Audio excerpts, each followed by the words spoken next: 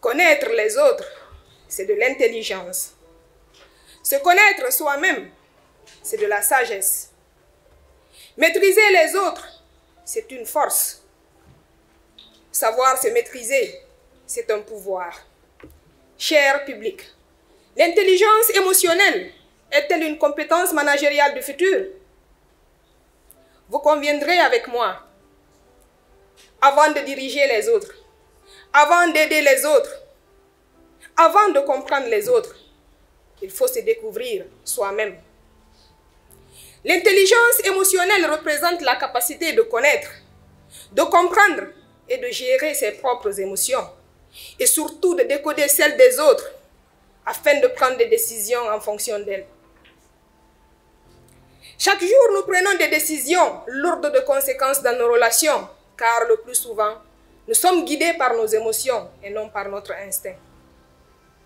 Cher public, le management et l'intelligence émotionnelle font-ils la paire de nos jours?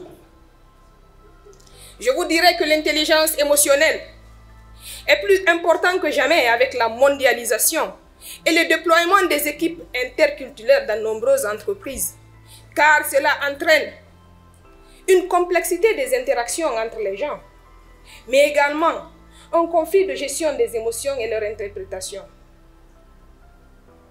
Cher public, l'intelligence émotionnelle représente également le respect de la différence culturelle et religieuse.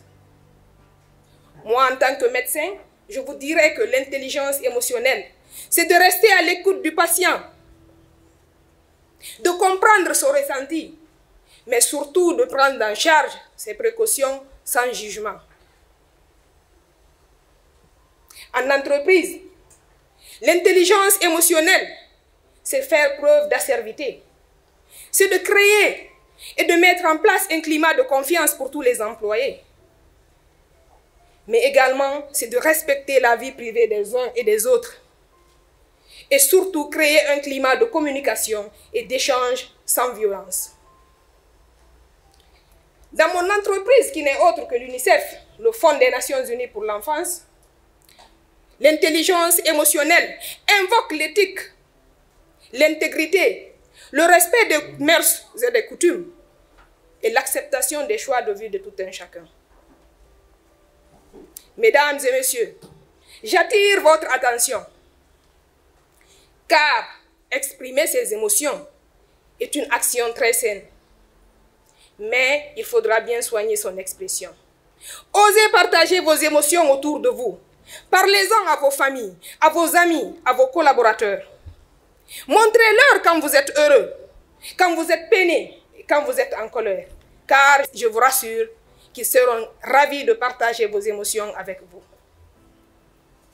Les bons leaders, les bons managers que vous êtes, utiliseront toujours l'intelligence émotionnelle comme approche de gestion de conflits, car elle favorise la compétition, la collaboration, le lâcher-prise et le compromis.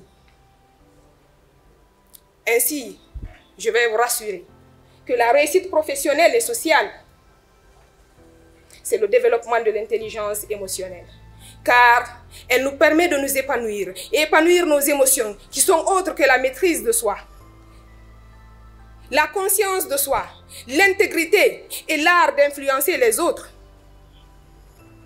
afin de susciter en eux un engagement, un dévouement et une motivation. Cher beau public, pour finir, je vais vous citer ce dicton qui dit: pour pouvoir aider les autres, vous devez les comprendre. Et pour comprendre les autres, vous devez vous comprendre vous-même. Développez en vous la clarté, le courage, la sensibilité pour agir à un bon moment et au bon endroit. Merci.